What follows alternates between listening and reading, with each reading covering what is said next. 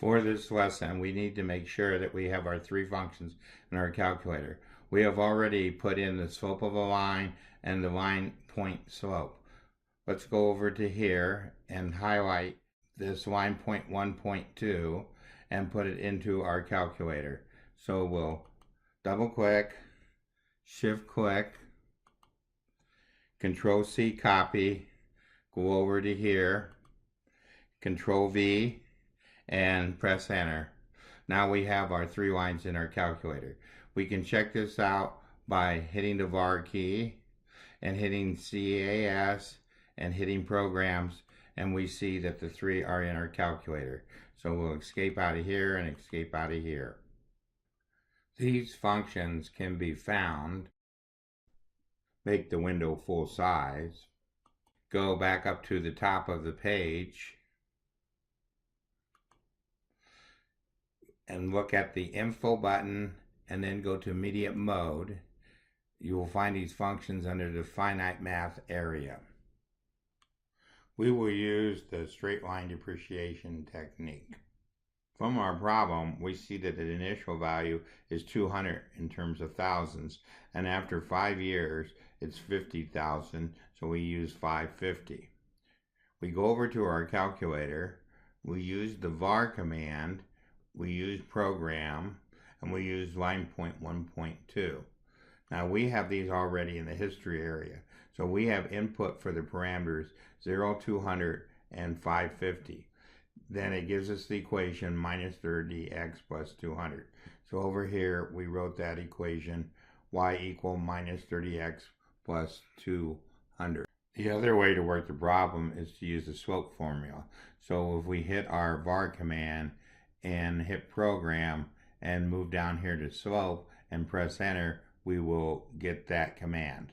So let's escape out and escape out. So we use it with the same parameters, 0, 200, and 550, and end up with the slope is minus 30.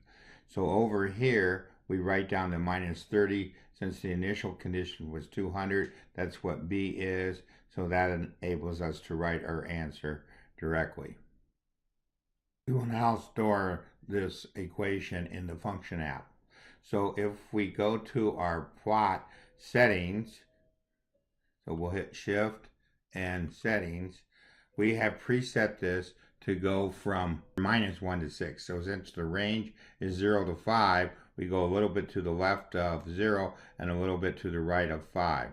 We have set the Y range to go from 25s, since the lowest part was 50, and to go up to 225. We've set the X ticks to be 1 and the Y ticks to be 25. We now press the symbol key and type in our answer. Remember, here we use uppercase X. We could also use the copy and paste command to get the answer from the CIS view and paste it in here. We go now to plot and we see our answer is given. We have preset this up to answer our first question. What will be the book value at the end of the third year? So we put in 3 and it gave us 110. Then we went up to our edit and we copied this in with our screenshot. So we went to our screen capture. We set these parameters up so that it would fit into our Onenote notebook. Once we have the equation in F1, it's probably easier to get the answer from our CAS view. So let's return to our CAS view. So then we type F1 of 3 and it tells us the answer is 110. So to answer our question over here, what will be the book value of the pointer at the end of the third year? It will be 110,000 since everything is done in thousands.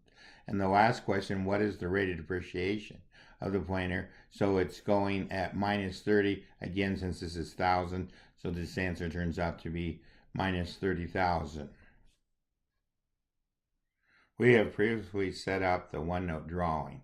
So what we're going to do is click in our Onenote window, go over here to the draw window. Then when we Lasso the y equal minus 30x plus 200. It goes in here, and then we graph in 2D. We will have to press the zoom button several times to get this graph to show up at this level. This finishes our lesson on straight line depreciation.